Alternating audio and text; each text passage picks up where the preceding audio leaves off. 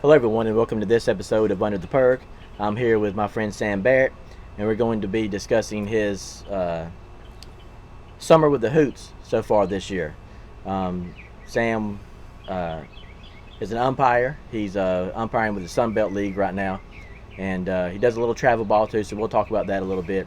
But we're really going to focus on the Hoots.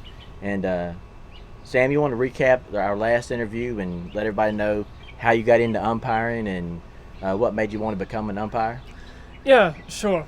So I know the last episode of this podcast we kind of discussed my journey through umpire school the first time and the second time, both times, last January of 2021 and this year, January of 2022. And the things that go on at the school, things that happen every day, what the end goal is for a lot of the people who go there. And then some of my high school umpiring ventures as well. Last year and this year, just the jump I've taken has been very big. And then a lot of my college summer stuff as well. Those college players, they use wood bats to get them prepared, because a lot of the players who are playing in those leagues are likely, if they're trying that hard to improve themselves, they're likely attempting to get into professional baseball, which uses wood bats and has throughout all of history that it's been existing. So it's been fun the past couple years, past couple months, since the podcast. Lots happened. Nothing bad or anything. Just a lot of stuff to be able to do. A lot of nice opportunities and things coming up. Things in the past. Things happening now. And since I'm only 21 years old, a lot of people tell me my future's looking up, and I wholeheartedly agree with them. So you've been doing a lot of travel ball, well, a little bit of travel ball. Something else. Up in past Atlanta. Emerson, Georgia. Okay, how's that going?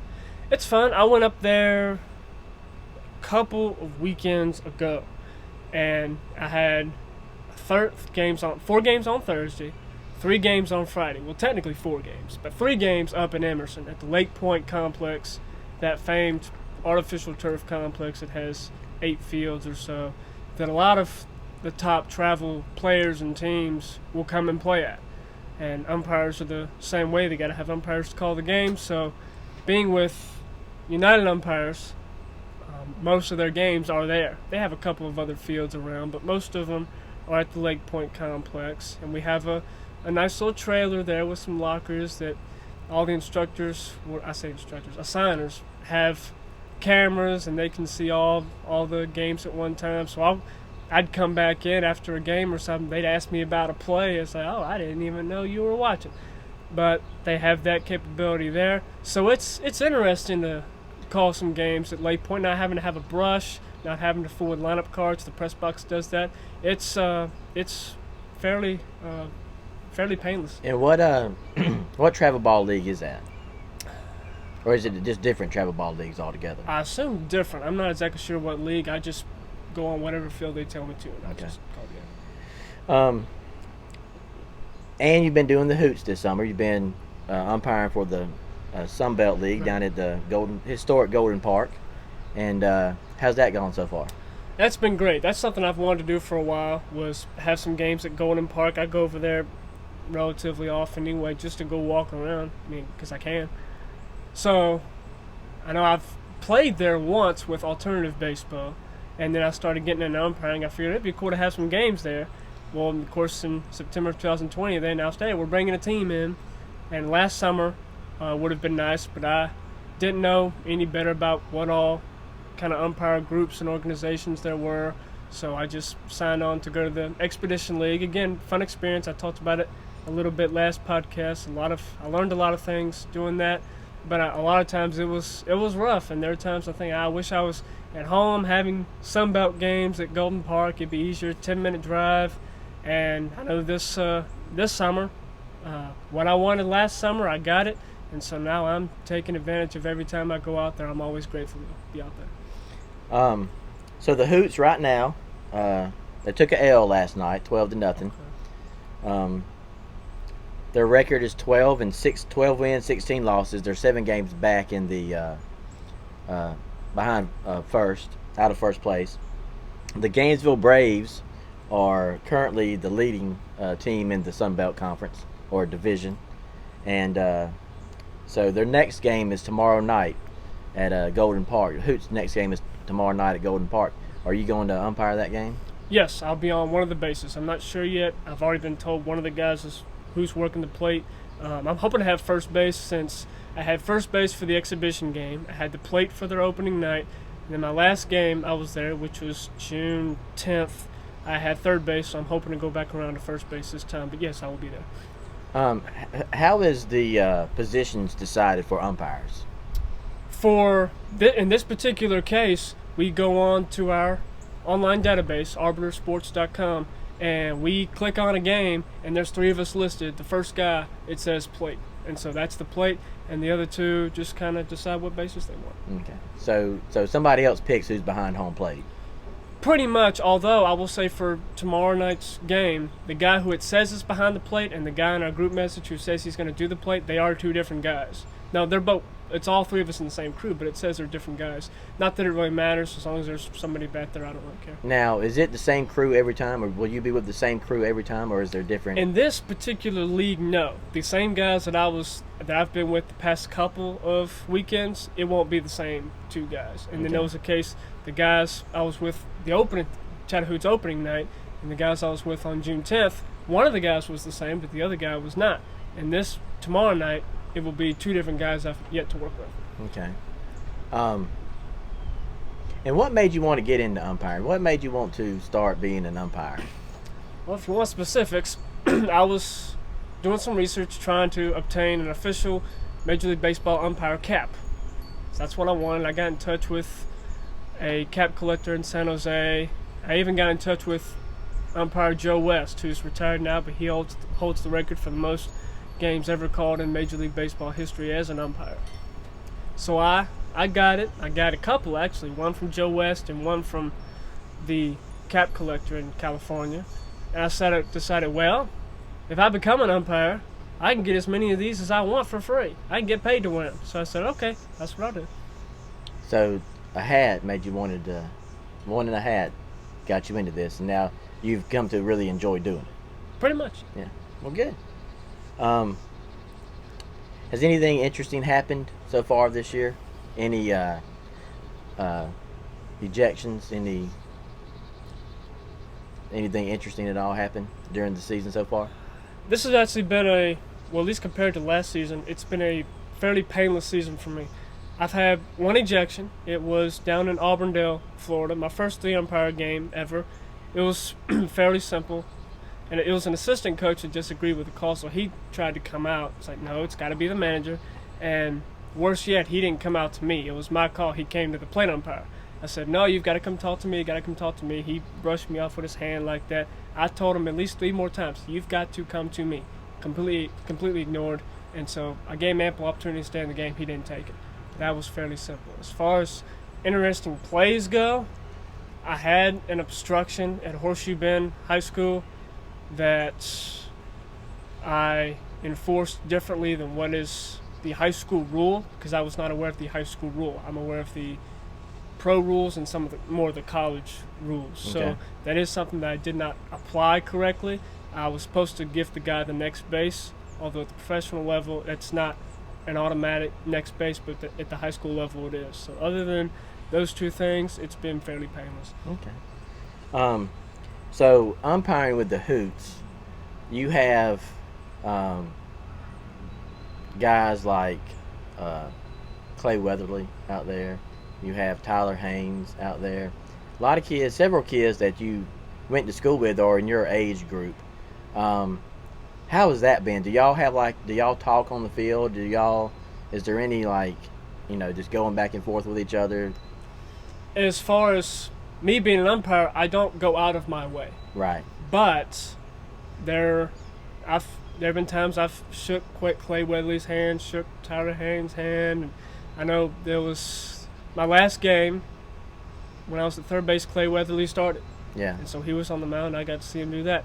When I was behind the plate for their opening night, Tyler Haynes was their first relief pitcher. Right. So I was behind the plate to see him. I think he let the first guy get on base, but then after that he reeled it back in. So I had a front row seat to see how much he's grown, because I went to high school with him. Right. Clay Weatherly went to Smith Station. Right. Haynes came from Central like I did. So I've gotten to see, I got a better view of what Tyler Haynes can do then, better than I ever had in high school. Right. I was just wondering about that because, being in the same age and being on the same ball field, and you're in charge out there. You were behind the plate when Tyler was out there, so you're in charge of the game out there, really. And it was interesting to me to see, and even your dad, when I was sitting beside your parents, and even your dad mentioned, this is a kind of a surreal moment for you because you're watching Tyler pitch, and you're behind the plate calling balls and strikes, which is pretty cool. It really is. So one thing I wanted to ask you about, one play that I wanted to ask you about, was when I think you were in the field, and I think you were on third base, and there was a ball was hit to the outfield. It was fielded, thrown in to the cutoff man. Cutoff man throws it to third. The runner slides in to the base, and he tags him, but as he's coming up, the ball flies out. So what? And you called him, I believe you called him safe. Yeah, you called him safe. And my thought was, what constitutes possession of the ball? Okay. So in that play, I'm not sure if I remember exactly, but just based off of what you said, the play when the fielder went to go swipe tag the runner, if the ball comes out while the glove is in its motion to tag, then that's not considered possession. If the fielder swipes and then starts coming back and the ball comes out then, that's considered transfer. In that case, I would say, he's out, he's taking it out, or on the transfer. Okay. He's out, something like that. But I would make sure to bring that up, say, he's out, the reason the ball is out is because he's taking it out on the transfer. Right. That is something that I would need to sell for that purpose. Because that's happened twice now at Hoots games, where I've seen the player swipe the tag, and as he tags him with the ball in the glove, but once the tag is through, the ball comes out. And I was just curious as to what constitutes possession. But yes, the momentum of the tag must be complete. Okay. All right. Well, good. I get that now. What's your favorite umpiring position? What position would you like playing the most? I think I know the answer to this question. It can depend almost. If I just work the plate, I want one of the bases. If I'm choosing between one of the bases, it can be... If I may say first base because there's less moving around. If it's a kind of a big game, and particularly in a case if I know that maybe I'm working with some partners who aren't that good, or it's a game where certain people are watching, I want that plate. Right. I want that plate. That June 4th opening night, packed house, local crowd of a lot of people that I knew, first game that season, that was a big deal. I was assigned the plate. Yeah, I wanted it. But so I get asked that question a decent bit, and it can change from minute to minute, from time to time. Yeah. Any funny stories? Like I think you had one during the exhibition game.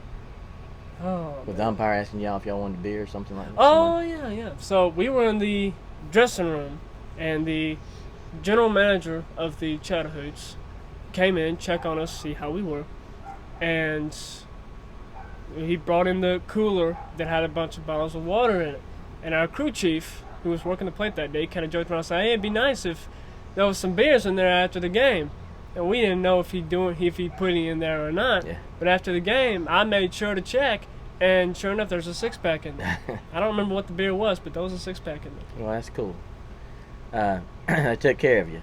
Yes, they did. How's it going with the autographs from baseball players?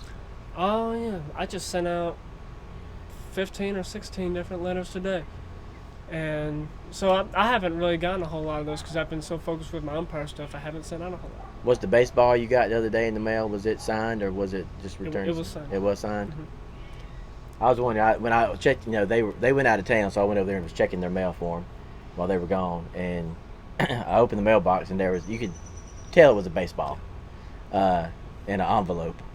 So I was just curious if anybody had signed it and sent it back, or if it was just returned to sender. That's one I've been waiting for a while. So when my mother said, he said you got a baseball, I was like, finally. Yeah. Well, thanks. I think I sent that in April. Yeah, middle of April. Well, at least I got it back to you. That's good. Definitely. Let's see. Any other interesting plays that have happened that you've been involved in? Oh man, I'm sure there are. Let's see. I know that was. Oh yeah, one of the plays you were probably thinking of when the ball came out on a swipe tag. I made a mistake on it. It was a catcher who threw down trying to catch the runner stealing, but catcher threw it down and had the guy out, but then the ball came out. I called him safe, but I guess I wasn't 100% locked in. The pitch was ball 4, so the runner got the base anyway. I should have just not signaled anything. Yeah. But since I signaled safe, it wasn't that big of a deal. I have signaled out before and that happened. Luckily, it was a junior high game in Horseshoe Bend High School, so it didn't cause too much of a fuss. But that is something I do need to pay attention to and make sure to not make a signal when there's not one necessary. What happens? So, say you see a play happen, and you make the call, but you know immediately it's the wrong call. Like, you make the call, and as soon as you make it, you're like, oh, God, I messed that up. I made the wrong call. What happens then? What do you do then? Do you fix it, or do you just let it go, and, how does that work? If nobody comes out and says anything, nothing. Let it ride. Just, oh, well. But if most of those calls are going to be judgment calls. Ball strike, safe out, fair foul. Those, once they're made, they're made. That's pretty much it. If there's obstruction, if there's interference, judgment calls, there's one umpire who has the best view, and they're the ones making the call. And whatever they say, that's what we got to stick with in most cases. Rules applications, that's black and white in the rule book. All umpires can know that, so we can go and get help on those if we're asked. If we're not asked, we're not going to go. Right. Just think, oh, we might have messed that up. But if somebody brings that up, we can. But as far as judgment decisions, there may be 1 or 2 examples we can go get help on. One that's in my mind, a judgment decision that I could go ask for help. If I'm the first base umpire, but if I'm positioned in the middle of the infield, which would be between the pitcher's mound and second base, kind of on the first base side, and there's a play at first base, and I'm having to take it from there, and they say, oh, the first baseman's foot was off the base. Well, I can't see that, so I can go ask my plate umpire because he may have seen that. Now, if it's a situation where if I'm positioning on the first base foul line, and I'm taking the play from right there, I'm smart enough to position myself. I know where to position it where I can see that. Right. So if I say, oh, he's out, or if I say, he held, he's out, and they say, hey, can you go ask if his foot was off the base? No, I just told you it was on. Yeah. So I'm not going to. Okay. So what is next for you? Say season ends, Hoots season's over. Mm-hmm. What do you do next?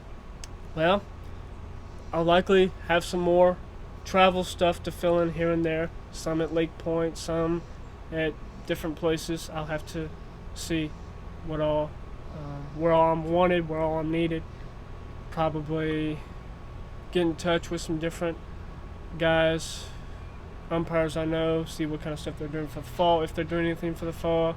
Keep studying the rule book, really determine if I'm going to go to umpire school for a third time to really make a run at professional baseball, and really probably just work on a lot of stuff, man. Travel ball goes all summer, though, right? I mean, pretty much into the fall, and then fall ball starts.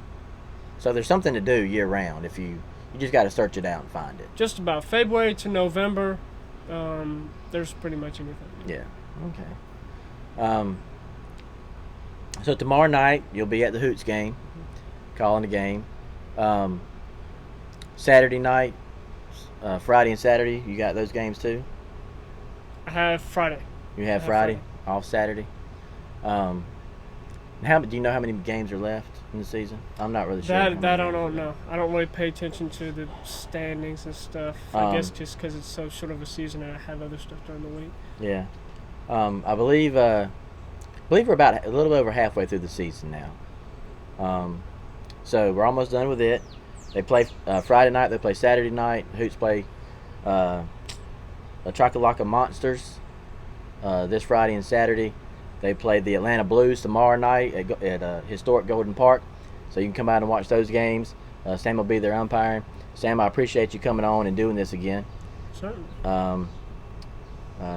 Everybody who I've talked to, I got a lot of friends that listen to my podcast, and everyone that I talked to says they learned a lot about baseball the first time we did this.